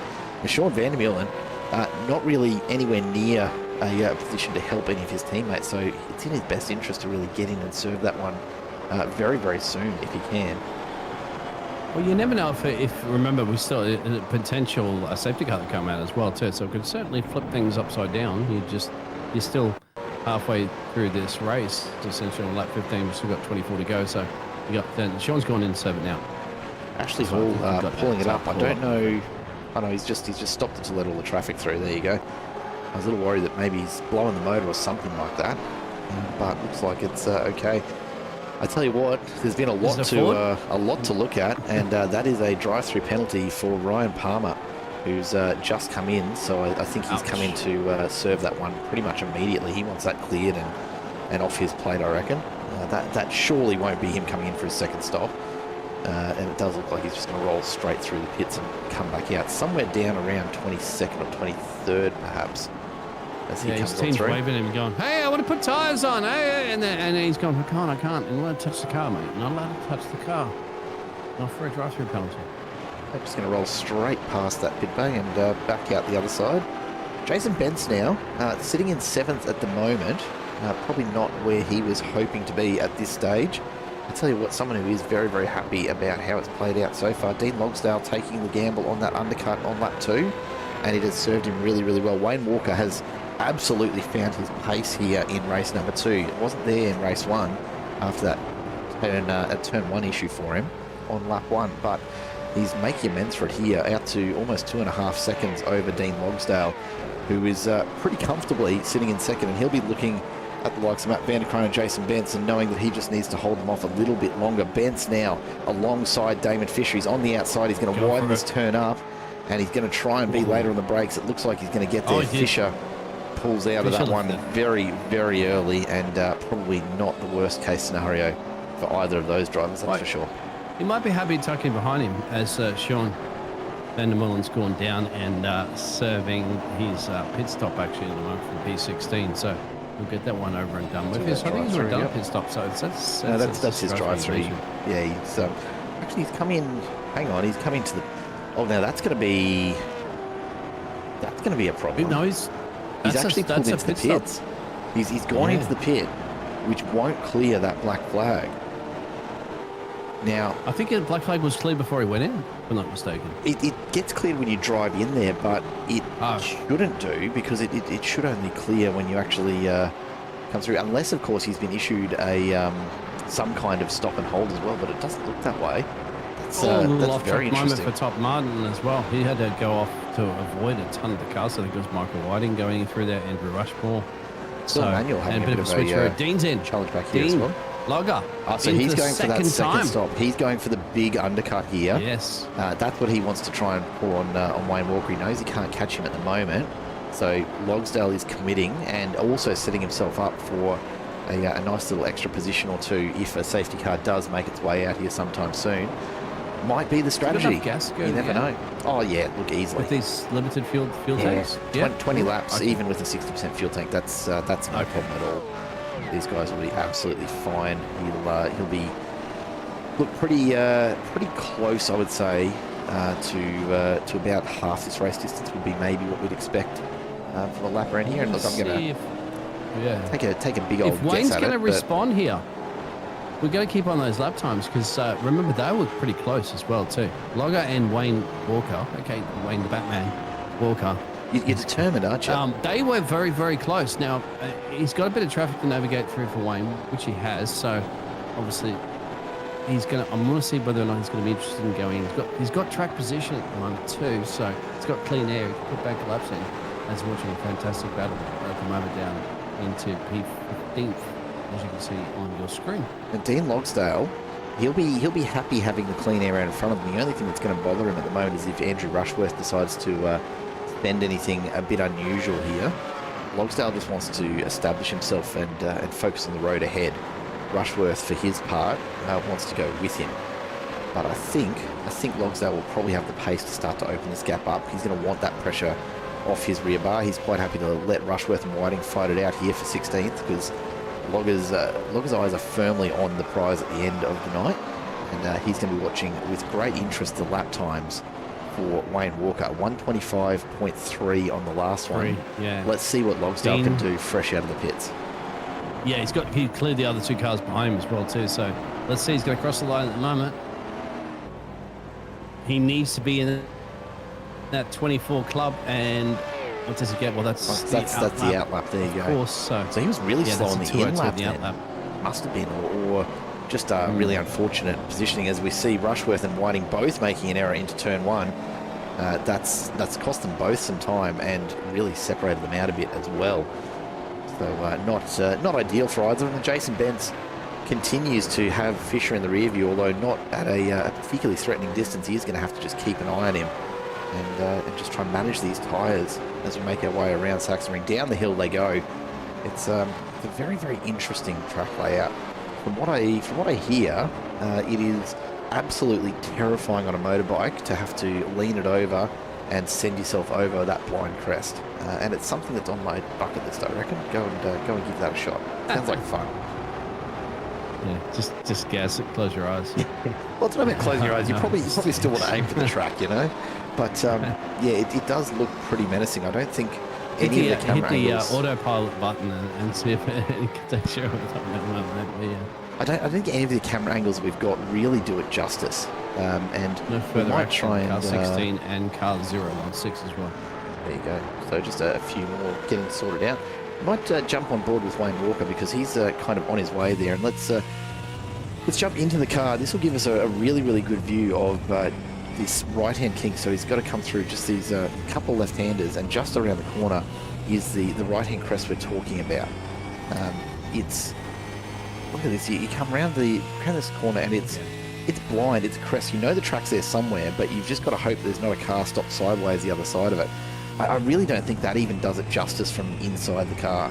It is a massive drop-off. You do yourselves a favour, folks. Not right now, because you're busy watching this race and enjoying it, but do yourselves a favour at some point. Go have a look at photos of that hill from the actual track. It is much like a lot of the topography around Mount Panorama. It's just not... It doesn't do it justice on a TV camera as to just how steep that actually is. Joel Osterwald now starting to close in on Stephen Varga. Both of these guys have only made their first pit stop. They both did it at about the same time, so their tyres relatively equally fresh, but Osterwald absolutely finding some pace there, just nudging ever so slightly closer to the rear bar of that Quantum Racing car. Logger shaved, he's now down to 24.72. So he shaved half a second out of Wayne's lap in that last lap. He's going to cross the line at the moment there, Logger. So I'm going to keep an eye on what he did for that last lap. Last lap was a 25.21 for Wayne. Logger crossing the line now.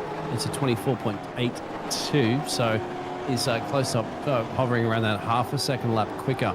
Now he is 41 seconds down the road from Wayne Walker, who still has to take another pit stop. So this is going to be pretty close if Dean continues to shave half a second lap there of Wayne Walker, and Wayne Walker still has to come down pit road. The problem is going to be, though, of course, once Wayne gets into the pits, he's going to have fresh tyres on. And when you look at their best lap times, I mean, really, Dean Logsdale has just set what should be his fastest lap times on those fresh tyres. We know they're only good for the first 2, maybe 3 laps, and then your times will start to die off. And he hasn't actually improved on his best time of 24.7. Wayne Walker, in this race, his best is a 24.45. So on top pace, he's 0.3 quicker than Logsdale, and Wayne's still got some fresh tyres ahead of him. That's going to be really problematic. The pit lane time here, somewhere around about 45 seconds end to end. The gap to lead at the moment is 40 seconds.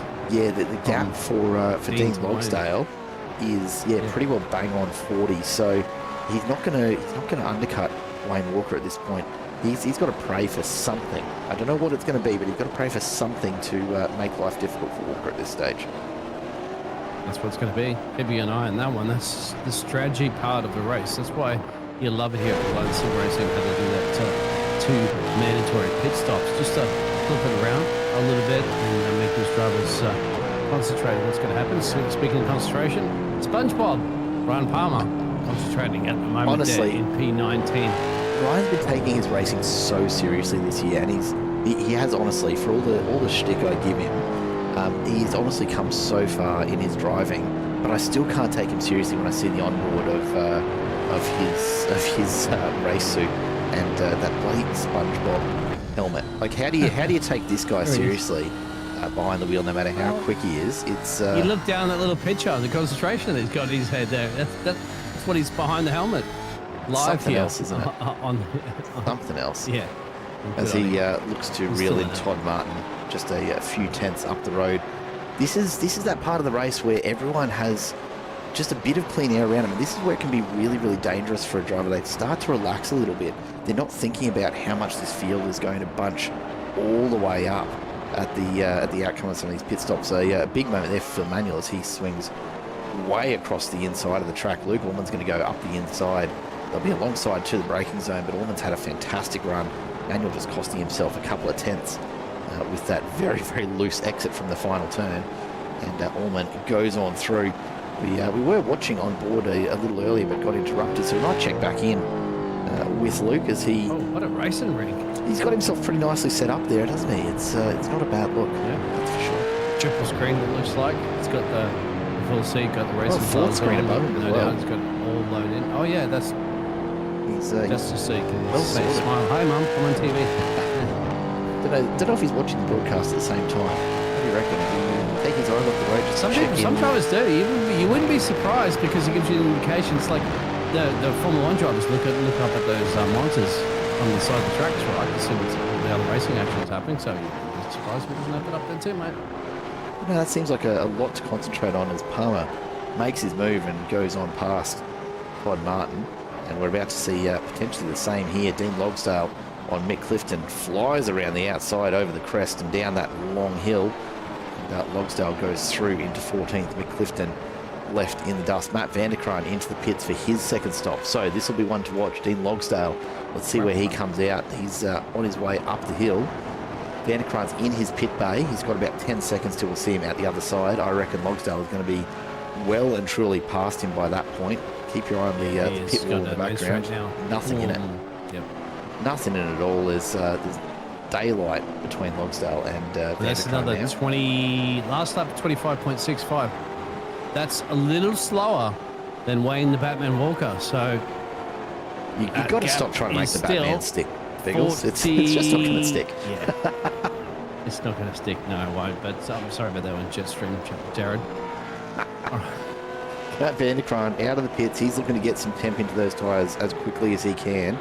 He's going to be a little frustrated to come out behind Rushworth here because that's going to really limit him if he can't get past very quickly. He doesn't want to waste these beautiful, sticky, I want to say Pirellis, but they're probably not.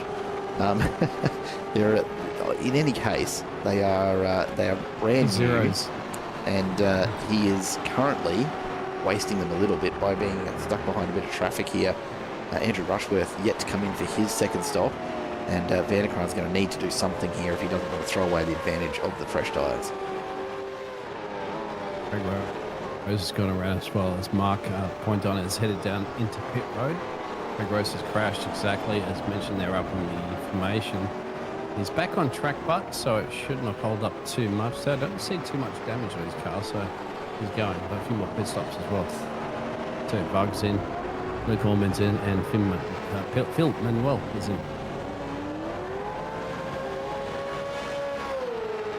Had some interesting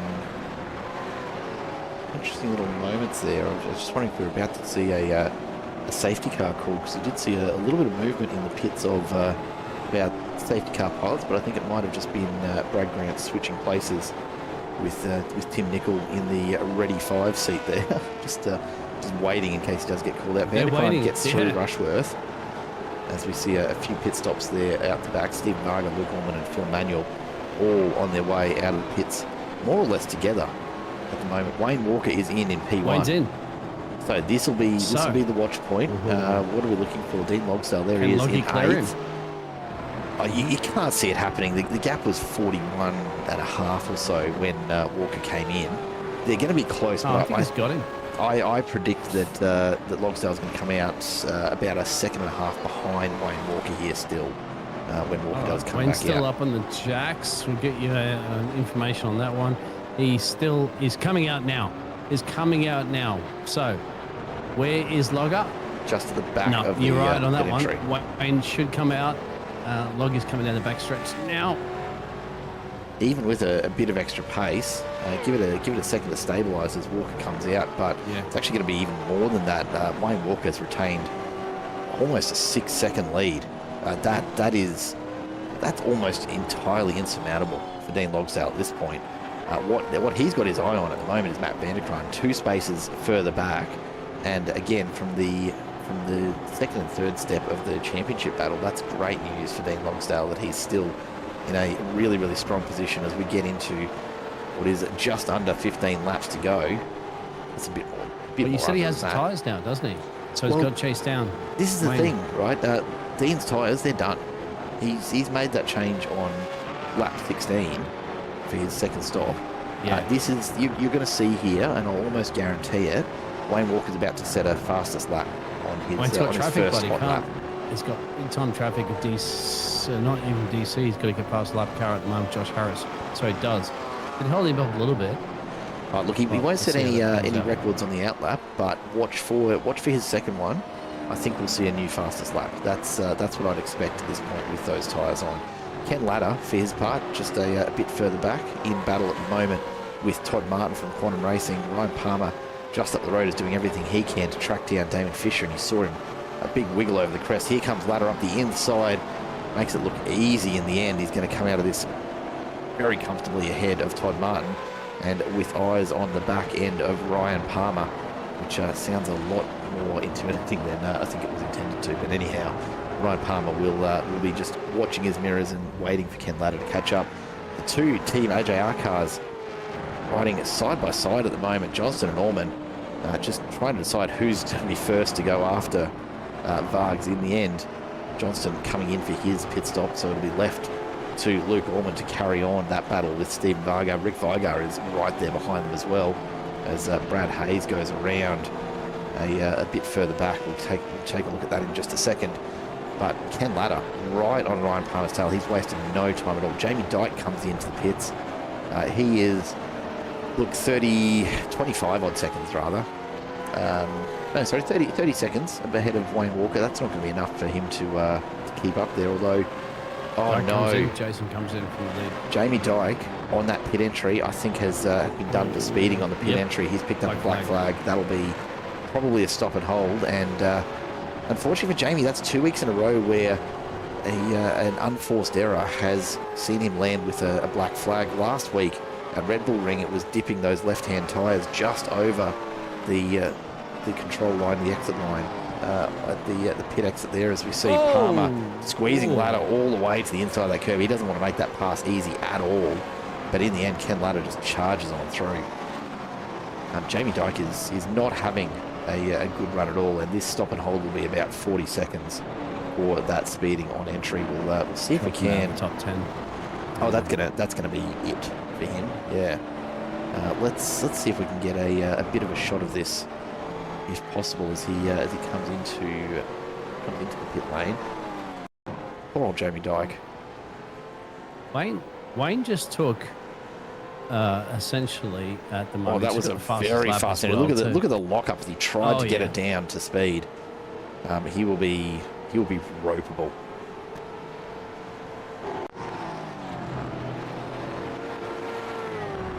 Jason Benz has just picked up a black flag as well. What have we missed there while we were looking at that? One thing I'm seeing from the software. I wonder if that's just I think that might have just been the off tracks. Yeah. I was going to say, there was a lot of drivers. That's why you see that kitty litter kicked up as DC comes in have been off from the race lead.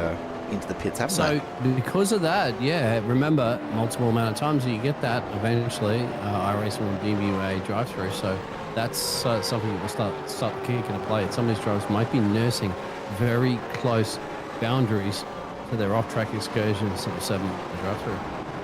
If we take a look at what we've got recorded in our list, I think that's a long way off accurate, quite honestly, because there's really not a bunch of off-tracks that we've picked up on our software for most of these drivers, with the exception of Craig Rose, who at 20 times. But there's kitty litter kicked up everywhere, as you saw, so somebody's going off there.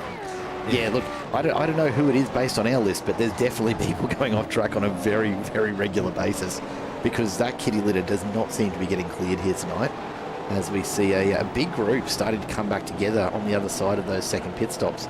Sean Vandermeulen out in front of it, but he's leading Stephen Varga, Luke Allman, Rick Viger, and Jason Bentz now in 13th position after serving that drive-through.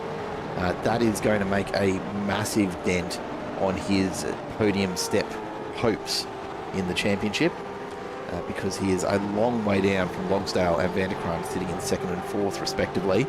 That's going to really, really hurt Jason Bentz's title fight.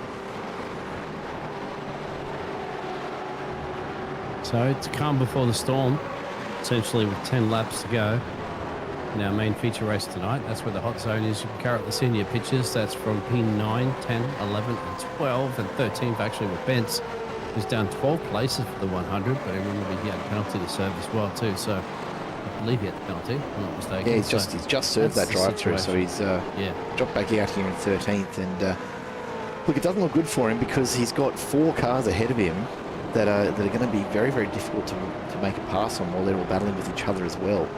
This is one of those tracks where if you do get into these pack battles, it can be really, really tough to set up your own moves, because everyone's moving around the track so much to battle the next person ahead. And you see Bentz has a big dive under brakes in the background. He looks like he's going to charge his way through here on Rick Vigar if he gets a chance. Vigar, for his part, just holds that inside line, and Bentz has to drop him behind, but he's made an error. Bentz comes back out and across. He's looking to go around the outside here, which seems pretty unlikely through these turns. But Vigar really struggling to hold his line here, and Bentz is going to have another bite at the cherry. Jason Bentz wants to get moving. He knows he's got less than 10 laps to recover some sort of points from this second race here in round 9 of the SolarGuard V8 Supercar Championship with Alliance Sim Racing. And Jason Bentz throwing everything at Rick Vigar right now. This is going to be absolutely burning his tyres. You got to check the kids and the cats and dogs and the luggage at the back of that car, and just lighten it up a little bit if he wants Big to get slide past. there for Allman. Which reminds me, I've really got to go back and find that drift from David Coleman in the first race at some point. Don't let me forget that one later, because that was DC drift. Okay, yeah. Jason Bentz still all over the back of Rick Vigar now, nothing in it. As he gets the nose in alongside, he's going to really hold this one. A little bit of slight contact there, as both of them just grip up at the wrong moment. And I think, nothing much in that. Good to see them both continue on relatively unharmed, but it will set them just a bit further back from this next battle up the track for 10th. Vargs and Allman still going at it, with neither of them conceding any time whatsoever. And with just 8 laps to go, you'd have to think we're getting pretty close to a final standings here. In all of this, while we've been watching these battles in the mid-pack, Wayne Walker has extended his lead over Dean Logsdale to over 10 seconds. Yeah, he's sitting 24th. The only man sitting 24th basically at the moment for the full lap times. Quickest is 23s. 23.99, which he set on those fresh tyres just a few laps ago. That is insanely fast. He might want to just back off on this one. No, he's got enough of a gap there. I don't think there's anything that Logger's going to be able to do at the moment. But we'll see how the squabble, essentially for P10, is going to pan out here. Yeah, this is really the one of the few close battles on track. Everyone else just enjoying a couple of seconds of air both ahead and behind them for the most part. Jamie Dyke a little further back is trying to push on as well. Luke. But Jason Benz, he's going to power slide out the corner. That was there's a drift. Big moment. We'll go back and take another look at that in just a moment to make sure we get a good view of it, because certainly Jason Benz is absolutely keen to get past here if he can, and continues to try and find a way through Luke Orman. At the moment, not quite finding it, but he's absolutely putting the pressure on. Take a look at this view on the exit here. Look, a big wiggle there from Orman, and then Benz puts the power down the way out, and big slide from him as well. So both of them a bit of a struggle. Now that's an unusual one. A blue flag issue, and also a connection issue just being warned there by race control for Shane Cudby. He's not really featured tonight, has he? He's been well and truly off the back of the pack, and not really loving this track. Blue flags? I never tell my drivers to pay attention to blue flags. You just no, of course it's important, but especially if there's battles like what you're seeing in your pictures right now.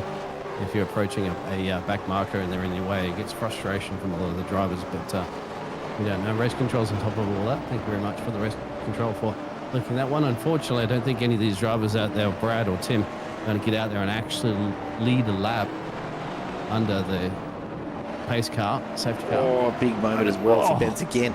He is absolutely belting those rear tyres every time through that final turn, and at some point, you've got to think it's going to come back and bite him. I'm sure he's got it under control, but 6 laps to go. I'll tell you what, the worst thing he could do right now is overcook the rears and end up dropping down, another 3, 4, 5 places if he does spin that car. And he's at serious risk of doing it if he continues the way he has been. Well, drivers, my friend, just want track positions. If gap car, basically, that's what they want to do, and they're not happy. Jason's certainly not going to be happy being 11 positions down in this race. He wants more and serve that penalty. And he wants to. To him, he's thinking P10 set. All right, he doesn't want to finish P12. He wants to finish P10, so he's going to do everything he possibly can to get it. And no doubt, that's racing drivers for you, aren't you? Never satisfied these guys, aren't they? Never satisfied. And see what happens with Varky and Orman. That's going to be the key up the road. There's the Quantum Pex Racing and the Team AJR are battling it out there for that final top 10 position. Not like Formula 1, but you get paid, you get the big points, or only points finishing in the top 10, but still. Yeah, that's it. Finishes, my friend. G'day, Bike Quote. Anyone got a Discord link for this league? If you email alliancesimracingaustralia@gmail.com, I'm pretty sure that email address is in the YouTube description as well. Drop an email and get in touch. He just got 2-for-1 special on the exit. Tell you what, I look away for just a moment to check in on the chat, and Jason Benz goes, "Yeah, thank you very much. I'm on my way, boys." Wow. And immediately after, Vargs and Orman looking at going side by side, but the two quantum entries establishing themselves out in front. We'll take another look at that move, because that was an all-timer from Jason Benz as he finally got the traction he's been trying to find through that final turn. It hasn't been there for the last couple, but have a look at this. It goes up the inside of Orman, and even up the inside of Vargs, just all of the grip in the world this time. I think the teammate would have helped him, yeah, exactly. So there he is. Great move, and the two quantum cars take off into the distance. Look at the gap that Benz immediately starts to open up. Mick Clifton, though, just quietly chipping away at this behind. He's starting to have a think about maybe joining this battle. Rick Vigar is still right there, and he's come along a fair way as well. So he joins the little trio here of Varga and Orman, with Vigar makes 3. And yeah, look, it's coming close to the end. I don't know that we're going to see a great deal of change in the most of the standings, but these guys have got it all still to fight for the minor placings here. There's no way of knowing where this race is going. Well, there is actually. Well, I think we are. So we don't need the Candyman or Willy Wonka. I don't know. To open up the chocolate factory of bar here racing. tonight. I think it seems like it's right for it. You just reminded me, Biggles, I've got a double dip cherry ripe just sitting in my bag next to me. That is absolutely coming out afterwards to celebrate. In Queensland heat, I hope it's not being all the melted. aircon's been on all day. I promise you, mate, it's been way too hot to not have it on here today. But I'll tell you what, after getting through a race like this tonight with so much action, I think you and I have earned a little treat for ourselves. It's been a massive season here with ASR. Great support all season from Solagard St. Germain as well. So it's been a real pleasure covering this season. And of course, another round still to go after this before we do wrap it up for this season. And just a quick reminder, if you did miss it earlier on, after this season does conclude next week, we do have a very special charity event in the making. We are looking at Adelaide 400. Cannot wait. Adelaide comes alive in 1985. Well, it didn't. They're still in 1985 from what I understand down in Adelaide. But anyhow, the Pink Fins charity is a cancer support group and does amazing work to support cancer sufferers and their families. And this will be the second year in a row that Alliance Sim Racing has put this event on. Last time around it was the Sandown 500. This time around the Adelaide 400 will be on Tuesday night, the 16th of December. Get your entries in, again, via that email address if you're keen. We did raise $718 last time. We'd love to make it to $1,000 this year if we can. Simple Racing Broadcast, for our part, will be donating the broadcast coverage and the commentary to make sure that we can bring it all live and exclusive to you right here on YouTube. It's going to be a great night, so do make sure you mark it in the calendars. We'll be putting up a bit of a scheduled stream probably over the weekend, so check back in and you can just put a little reminder on that stream so that you get notified when it goes live as well. Got to tick that little bell. Absolutely. Yep. Don't want to miss it. Adelaide will be brand new to iRacing at that point. It's we were having this debate earlier, of course. Simon Haynes in the chat letting us know that maybe my maths is a little bit off and it might be released a week prior, but my maths tells me it's going to be released the morning of. In either case, Adelaide is going to be the freshest track on the iRacing service, and we're jumping straight into a 400k race in V8 Supercars. I cannot think of a better way to christen that track here in iRacing. Yeah, who will deliver the goodies under the Christmas tree for Santa Claus? But at the end of the day, of course, the charity is the one that will get all the goodies from Santa Claus. So make sure you get involved 100%. And donate if you can. Absolutely. Of course, the drivers are going to do their best, and of course, you're donating your time as well too for the Simple Racing Broadcasting Network, my friend. So Wayne got that lead to 14 seconds as we're into the dying stage of this race, about 3 to go. That's still the hot zone that you're seeing in your pictures. The big battle still remains, well, essentially now for P10, you'd say. Yeah, it's continuing on. There's not a lot to 11, not to separate them. It's really Benz is just too far up the road to even be threatened at the moment. Stephen Varga has been really comfortably maintained that 1 second gap, but he's trying to reel in that second gap rather to Benz and just hasn't been able to so far. At the moment, Vargs is just watching the mirror. Have a look, though, at Jamie Dyke absolutely sending it down the hill here behind Rick Vigar. He knows he's only going to have, a lap and a half to go. These guys on the, Wayne Walker out in front, I should say, onto the penultimate lap now. These guys are on their way to finish that second to last lap, and Jamie Dyke knows he's running out of time. He's going to have to get past. Oh, here he goes. Sends it up the inside. He's going to be late on the brakes alongside Rick Vigar. As they make their way through the left-hander, slides the rear end of the car out, and we'll have to have a chat to the crew about trimming that tree back just a touch for us. In the end, Jamie Dyke making it look easy as he comes back up onto the main straight, now sets his sights forward to Luke Allman and Stephen Varga. Trying to pick up just a couple more spots if he can here.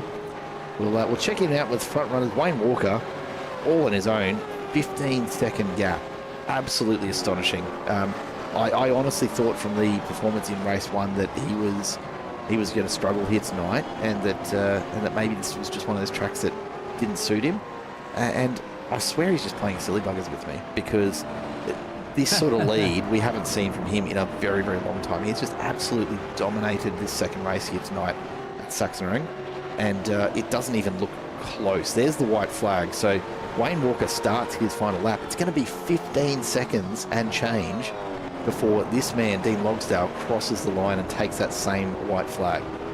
Just insane. There we go. He comes across the control line now. The white flags are out, so all the drivers know that this is getting to be the end of this race. Jamie Dyke has reeled all the way in Luke Orman ahead. Stephen Varga knows that Dyke's coming as well, so he's going to have to play very, very heavy defence here if he wants to hold on to P11. Jason Bent's still a second up the road. This is where the battle is going to be for this last lap.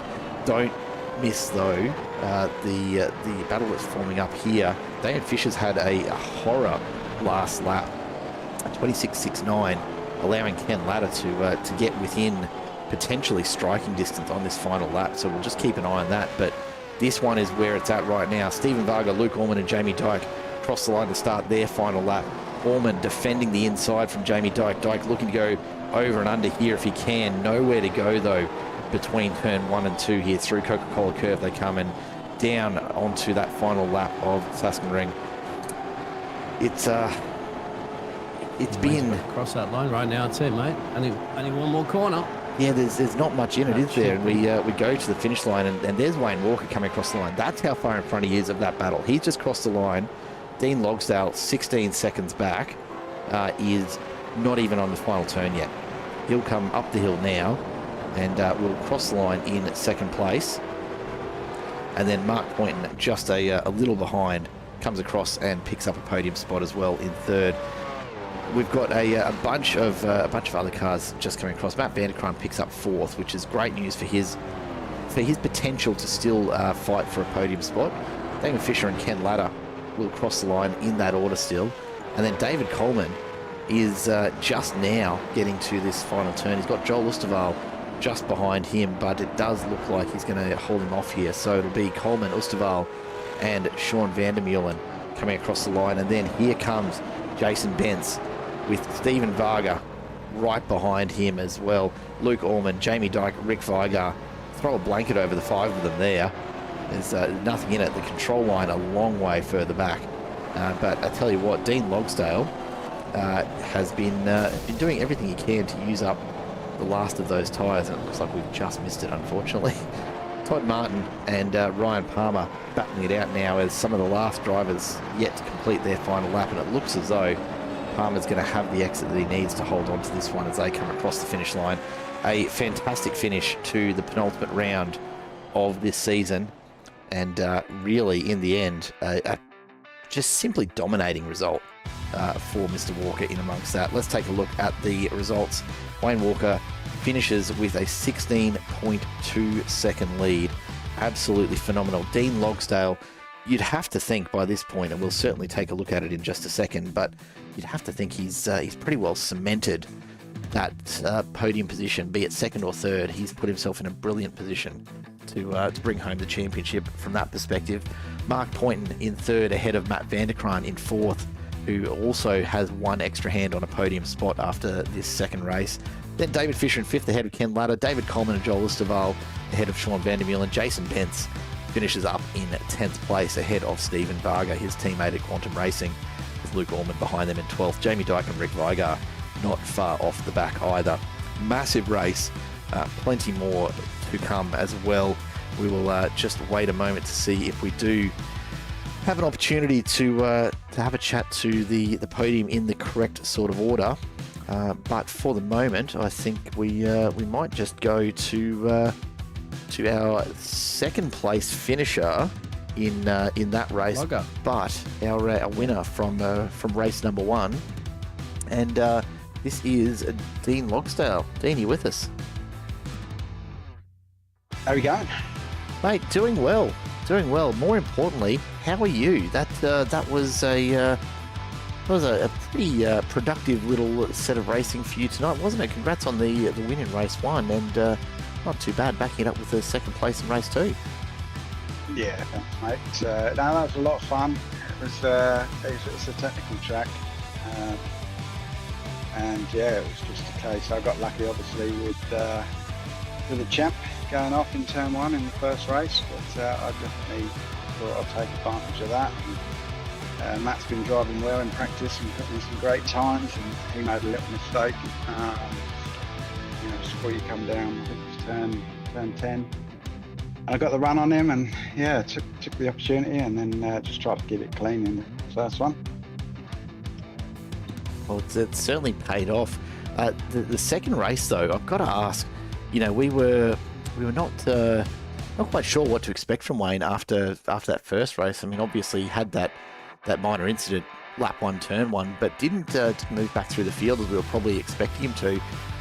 I'm not quite sure what happened to see him pull out a 16-second lead by the end. From your perspective, just how far were you from the absolute edge of control of that car to be trying to stick with him tonight, or is there just no point in trying to stay with him? No, well, I think I pitted on my first pit stop on lap 2. I knew there was going to be a bit of argy-bargy up the front and lose a bit of time. So I ducked in the pits early. That sort of paid off because I come out in second behind Wayne after the first one. I come out in the lead, and then he got past me because he came out on fresh tyres. Mine were about 6-7 laps old by that point, and I got nothing for him then. He's that quick that even when you got fresh tyres, it's very difficult to even keep up with him. So I then come in again a bit early, and when he come out a couple of seconds in front of me, and like I say, my tyres were then still 7-10 laps old, and I had nothing for him at all. But I mean, I was just concentrating then on trying to maintain a gap between Mark, because I knew he was coming. He had fresh tyres, and it's just a case of trying to finish second. But Wayne's driving awesome.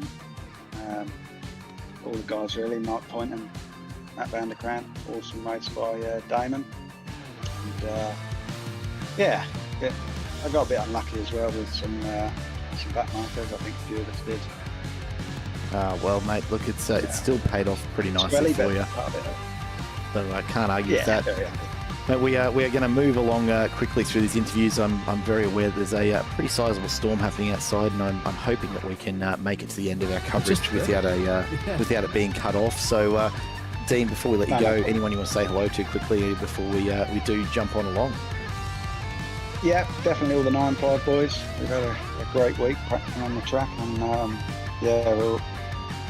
we're all going well. So to the whole team, and shout out to my mum and I think my dad, because he's supposed to be racing, so I'm not sure why he wasn't, but they'll be watching, I'm sure. And the missus as well. Nice one. Always a pleasure to chat to you, Dean. We'll speak soon, hey? All right, thanks, mate. Bye. Easy done. Dean Logsdale there, having a great race tonight. We're now joined in the booth by Mr. Mark Poynton. And Mark, it's been a little while since we've had a chance to chat to you. How'd you find the racing tonight? It was good. Tough little circuit. It's always nice to come somewhere new and race a track you haven't raced about before. But quite enjoyed it. Not a lot of opportunity to have a break around here, but bit hard on the tyres. But other than that, thoroughly enjoyed it.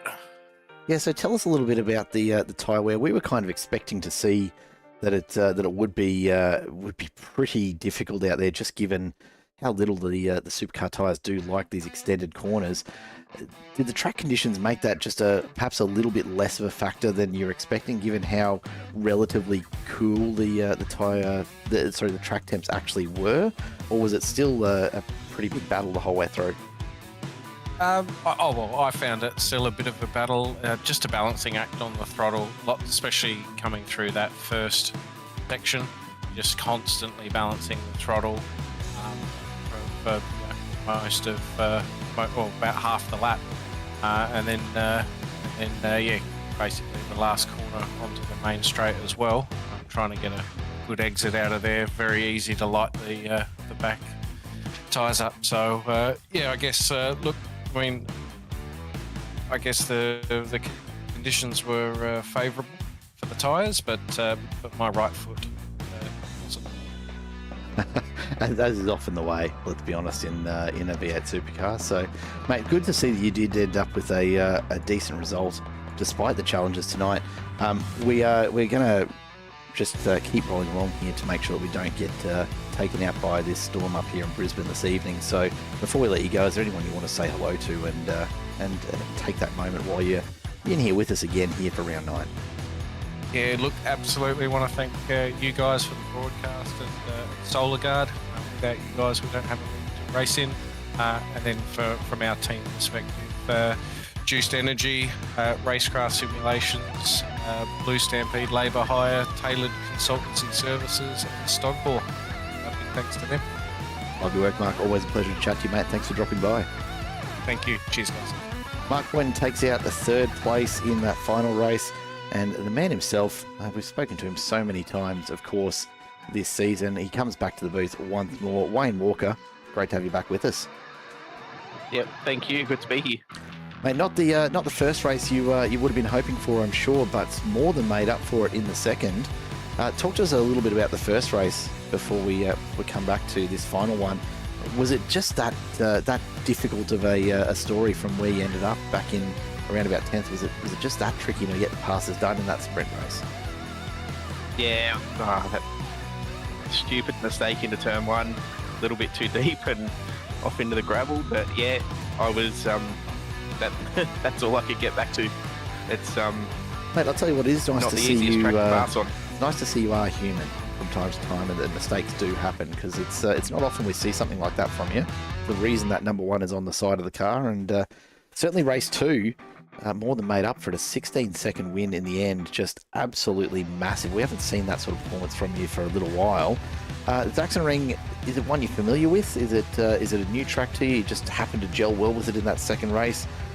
What was the secret sauce tonight?